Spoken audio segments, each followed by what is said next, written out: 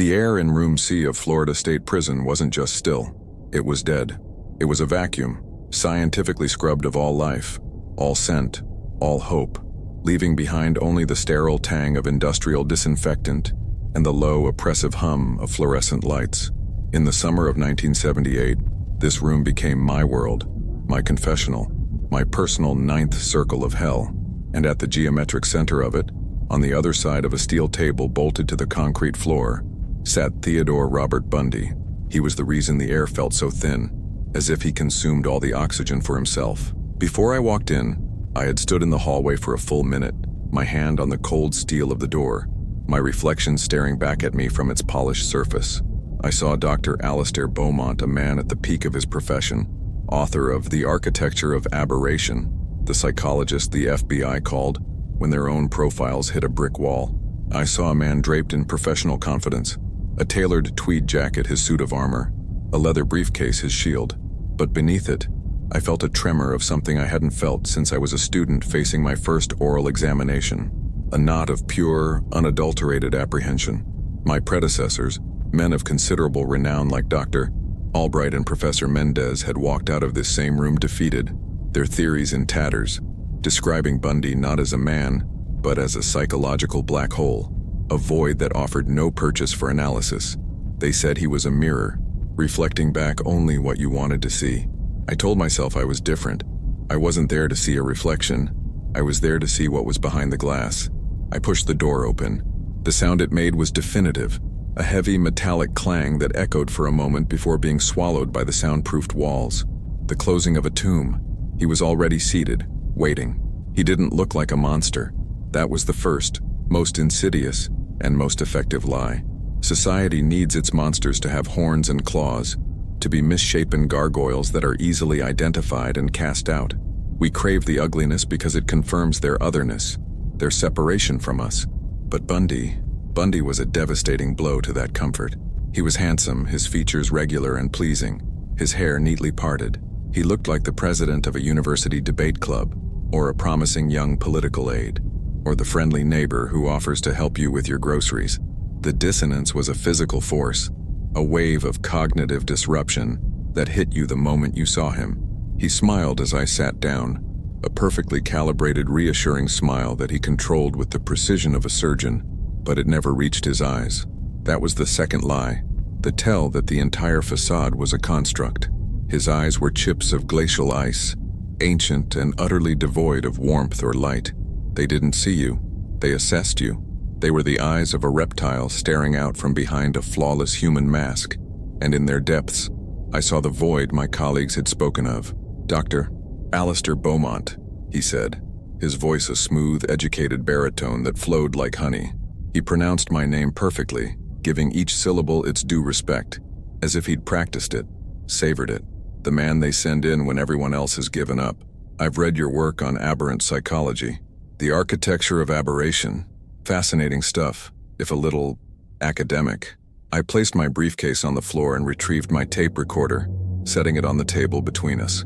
The plastic casing seemed flimsy, an absurdly modern toy in this primordial tomb of concrete and steel. The whir of its internal mechanics was the only sound that felt human. "I'm here to understand, Ted," I said. My voice was a stranger's, a carefully modulated instrument trained to betray no emotion. It was the voice of the calm, detached professional I was pretending to be. He chuckled, a soft, dry sound like dead leaves skittering across November pavement. The sound was wrong. It was a performance of amusement, not the genuine article.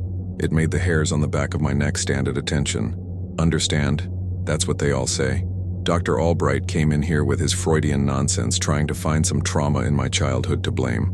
Professor Mendez was convinced it was a neurological misfire, a tumor pressing on my soul. He waved a dismissive hand. They come with their clipboards and their theories, trying to fit me into a neat little box with a tidy label. Antisocial personality disorder.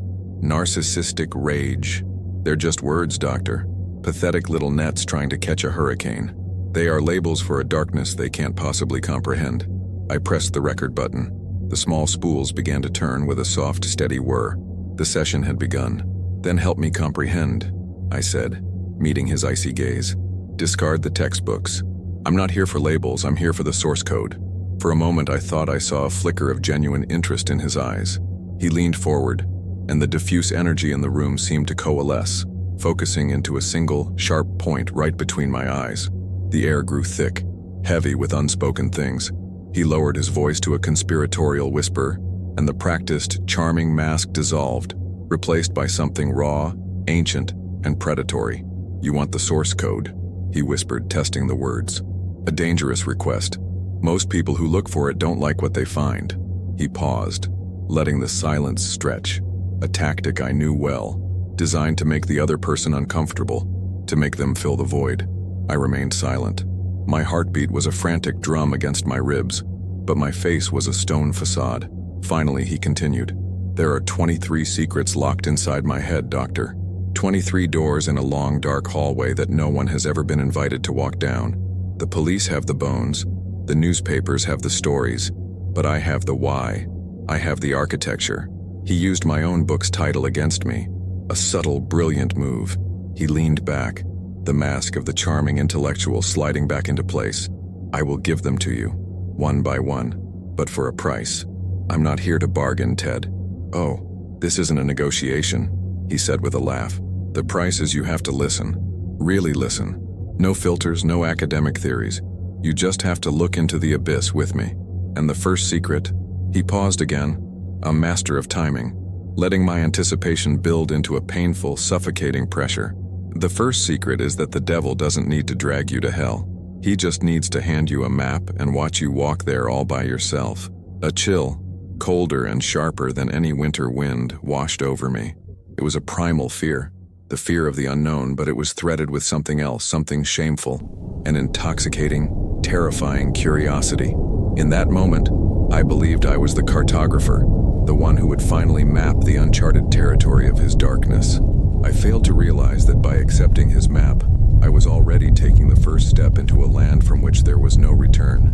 The first session ended not with answers, but with a devastating question and the promise of 22 more. Driving home from the prison that evening, the world outside my car seemed unreal. The setting sun painted the Florida sky in lurid shades of orange and purple, a beautiful, violent spectacle that felt like a mockery. My mind wasn't on the road.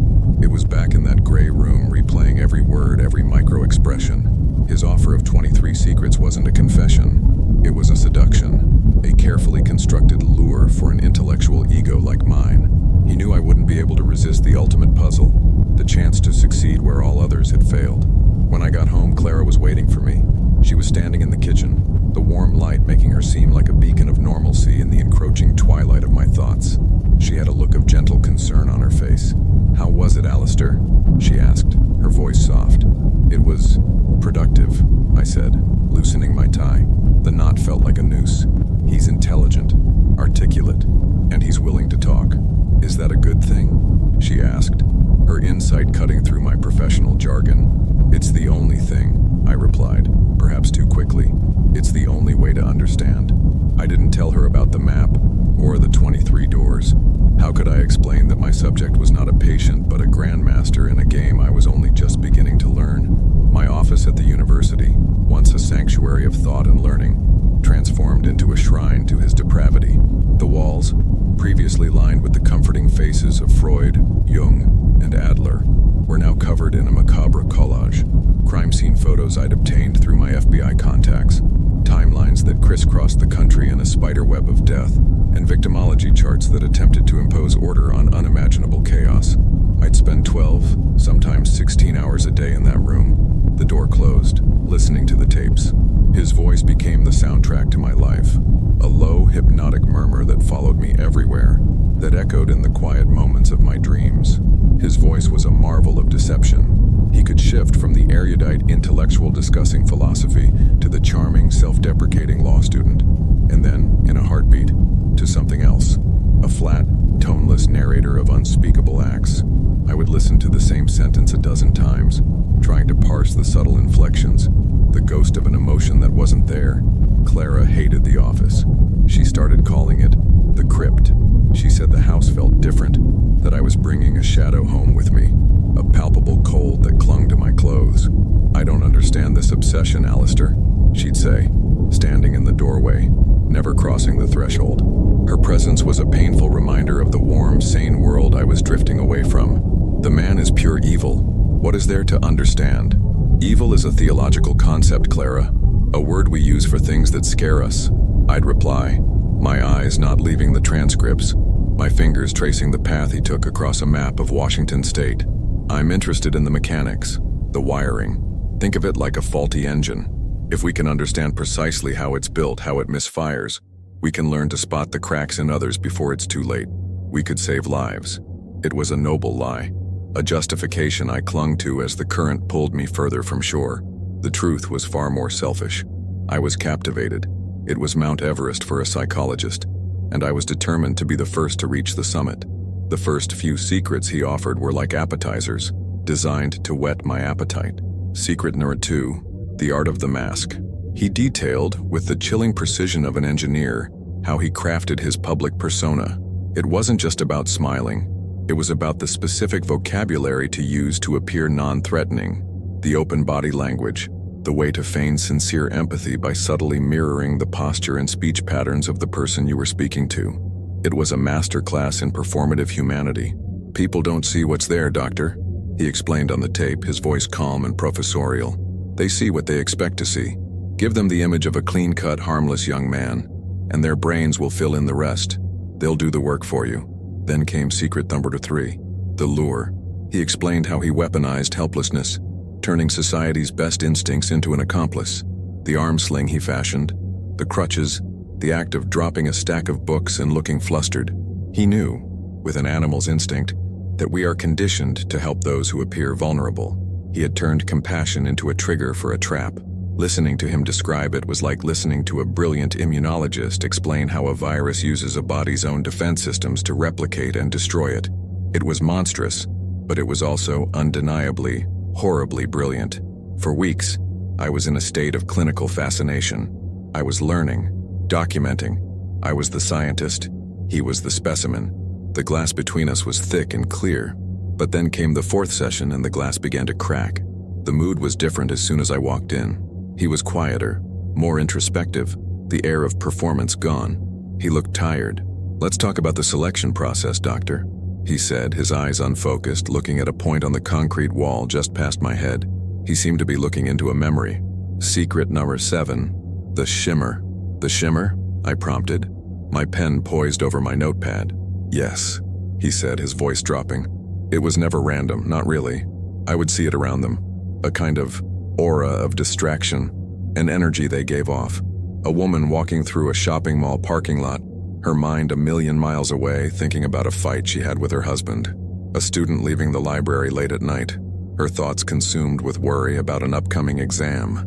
Their thoughts were so loud, their shields were down. They were physically present, but mentally they were elsewhere. They broadcasted their vulnerability without even knowing it. It was a shimmer, a faint, beautiful, tragic shimmer of light around them, and I was the only one who could see it. That was it. That was the moment the clinical fascination curdled into a thick, creeping dread. It wasn't about mechanics or manipulation anymore. This was a perception of reality that I couldn't access, a predator's 6th sense that was both terrifyingly intimate and, in its own twisted, predatory way, poetic. The specimen was no longer just a specimen. He was a seer of things I couldn't see. I stopped sleeping that night. I would lie in bed, the sound of Clara's steady breathing a universe away, and my mind would race. I'd close my eyes and see that shimmer everywhere. I saw it on the face of the tired-looking cashier at the grocery store. I saw it around a student crying softly in the campus quad after a phone call. The world was no longer a safe, predictable place of solid objects and people. It was a hunting ground, a shimmering landscape of vulnerabilities, and I was suddenly, sickeningly, acutely aware of the vast herds of prey. The glass between us wasn't just cracked, it was spiderwebbed with fractures, and his reality was beginning to leak into mine. The obsession tightened its grip from a firm hand to a crushing fist. My life shrank until it was composed of only 2 locations, the sterile, gray interview room and my cluttered, chaotic study. I lost weight. My clothes hung on me. I stopped returning calls from friends and colleagues. When Dr. Peterson, a concerned colleague from the department, cornered me in the hallway to ask if I was all right, I saw the shimmer around him, a faint aura of professional jealousy and pity. and I brushed past him with a curt word. The silence in our home became a tangible entity. It was louder and more menacing than Bundy's voice on the endless loop of tapes. I was isolating myself, mirroring the very social detachment that was a hallmark of his pathology. I rationalized it as a necessary part of the process. To catch the monster, you must be willing to follow him into his lair.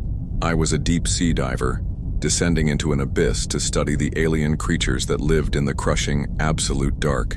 I had a line to the surface, I told myself. A safety rope. I could pull myself up anytime I wanted. I was in control, or so I believed.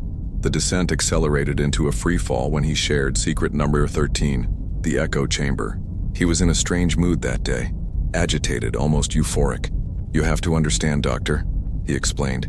Leaning so far forward, his face was inches from the wire mesh separating us. A flicker of what looked like genuine manic excitement was in his eyes. "The act itself is fleeting. A few minutes. It's messy, imperfect. It's the prelude and the aftermath that truly matter.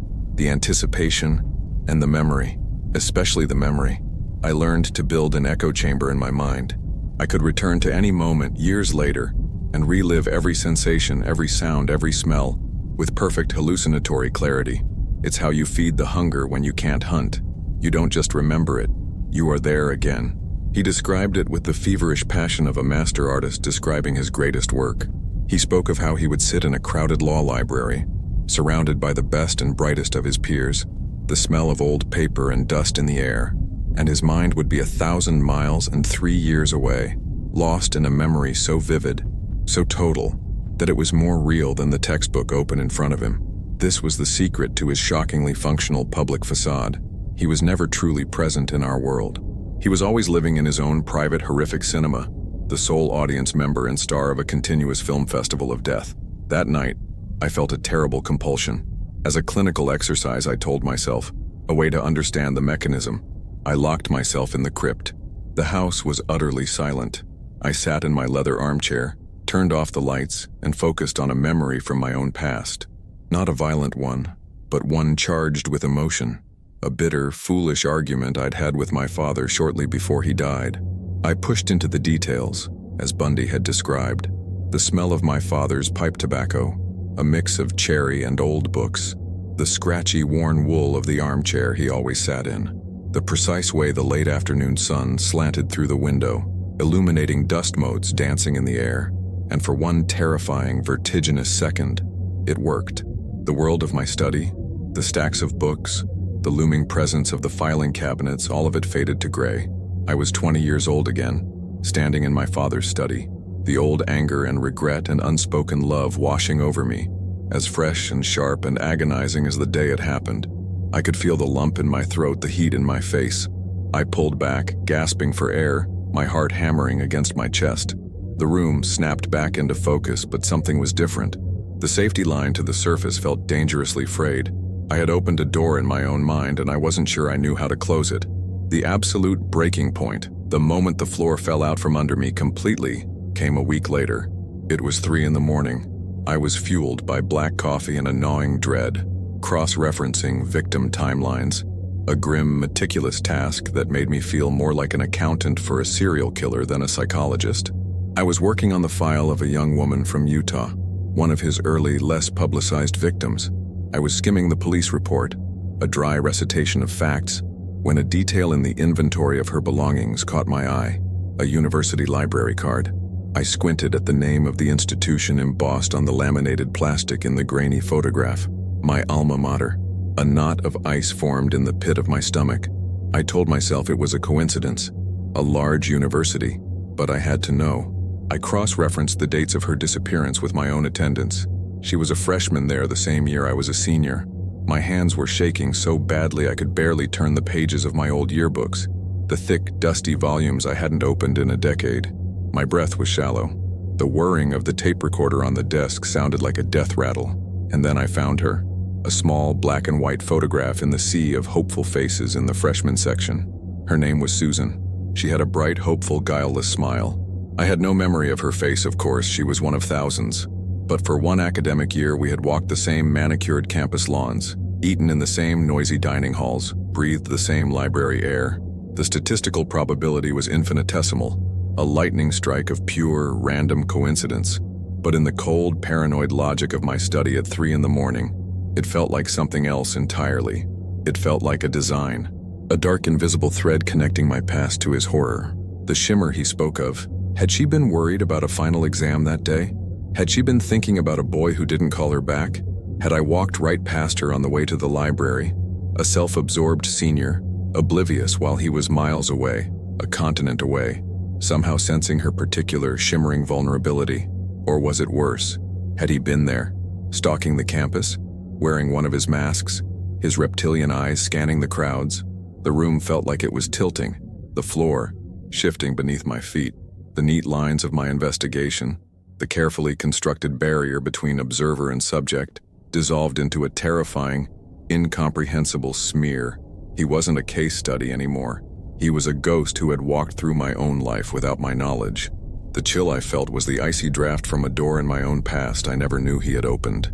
He had contaminated not just my present, but my history. That night I stumbled out of the crypt and into the hallway, desperate for an anchor. I needed Clara. I needed her to look at me and see Alistair Beaumont, the man she married, not the hollowed-out shell I was becoming. I found her in the living room, reading, a single lamp casting a warm glow around her. "He was there, Clara," I said, my voice hoarse, a stranger's rasp.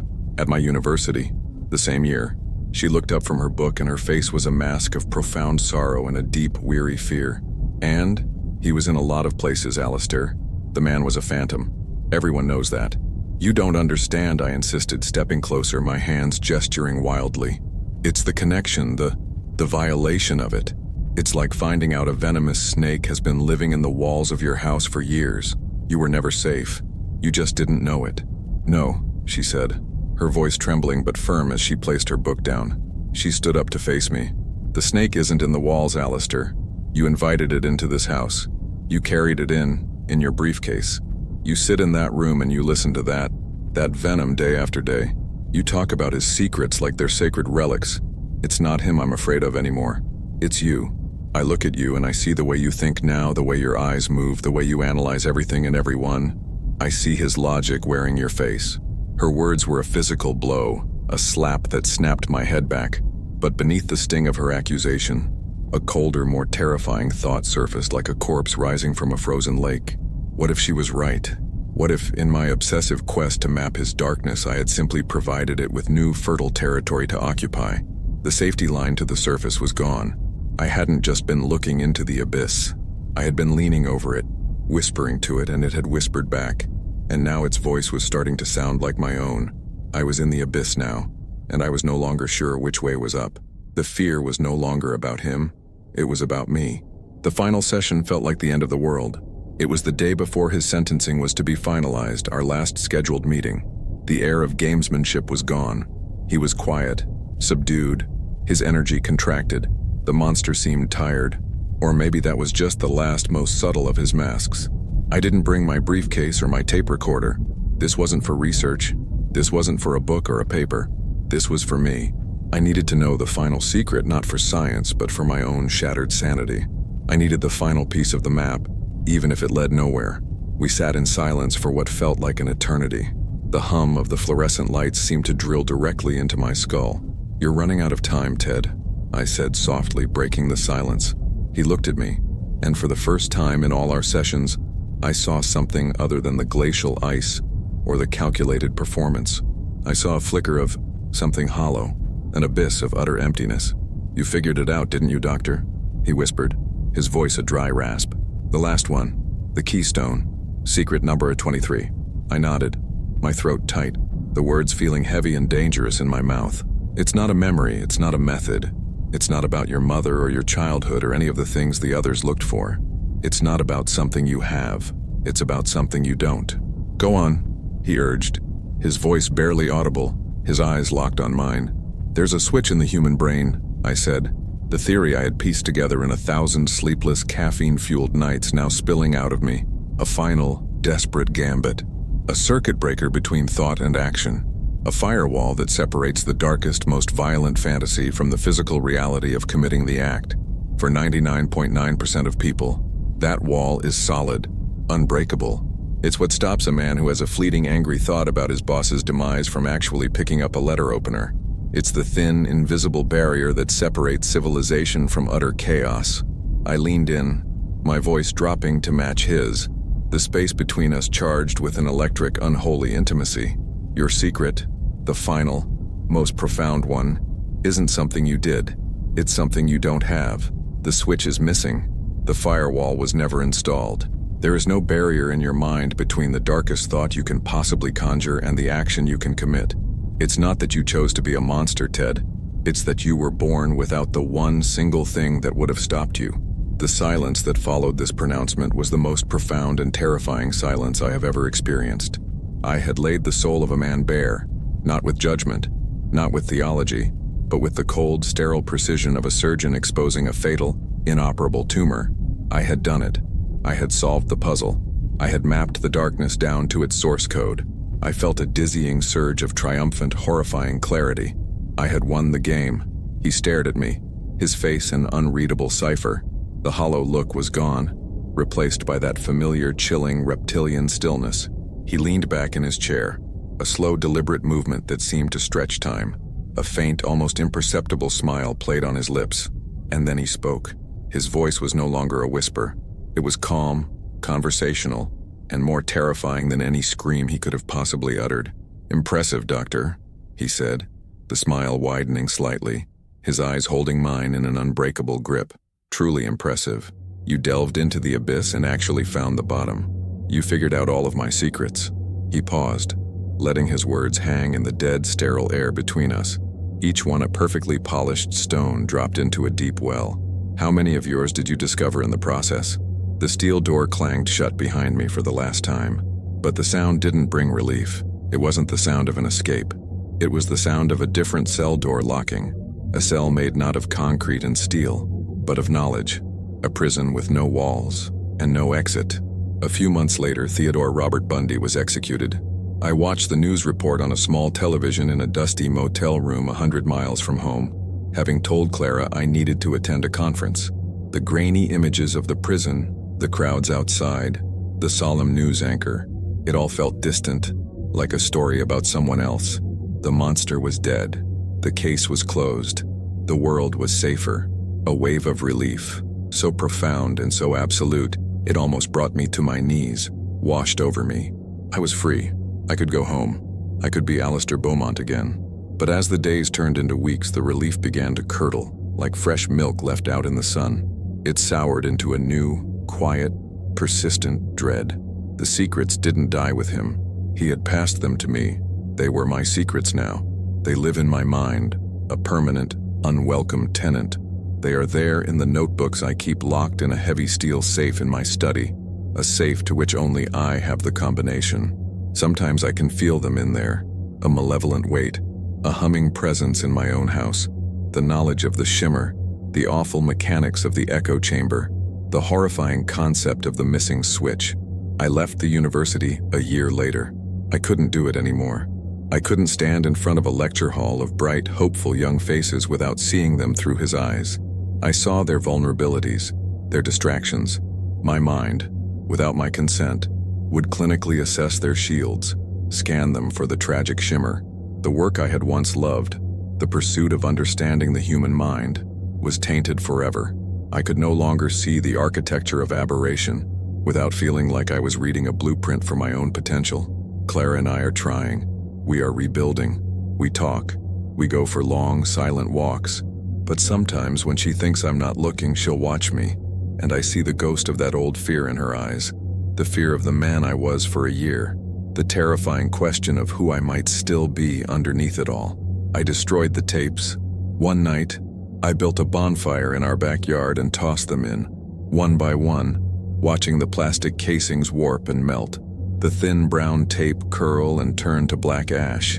It was a desperate, futile ritual of cleansing, but I can't destroy the memories.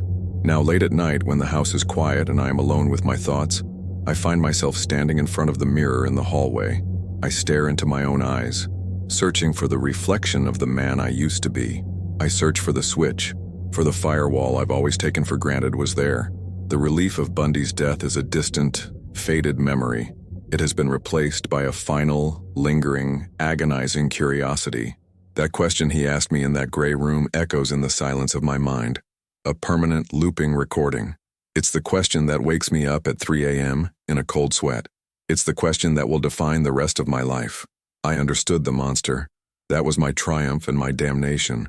But what I don't know, what I am terrified to ever find out, is what part of him, staring out from that abyss, understood me. The most terrifying secret of all wasn't one of his 23. It's the 24th. It's the one I'm still trying to unravel about myself.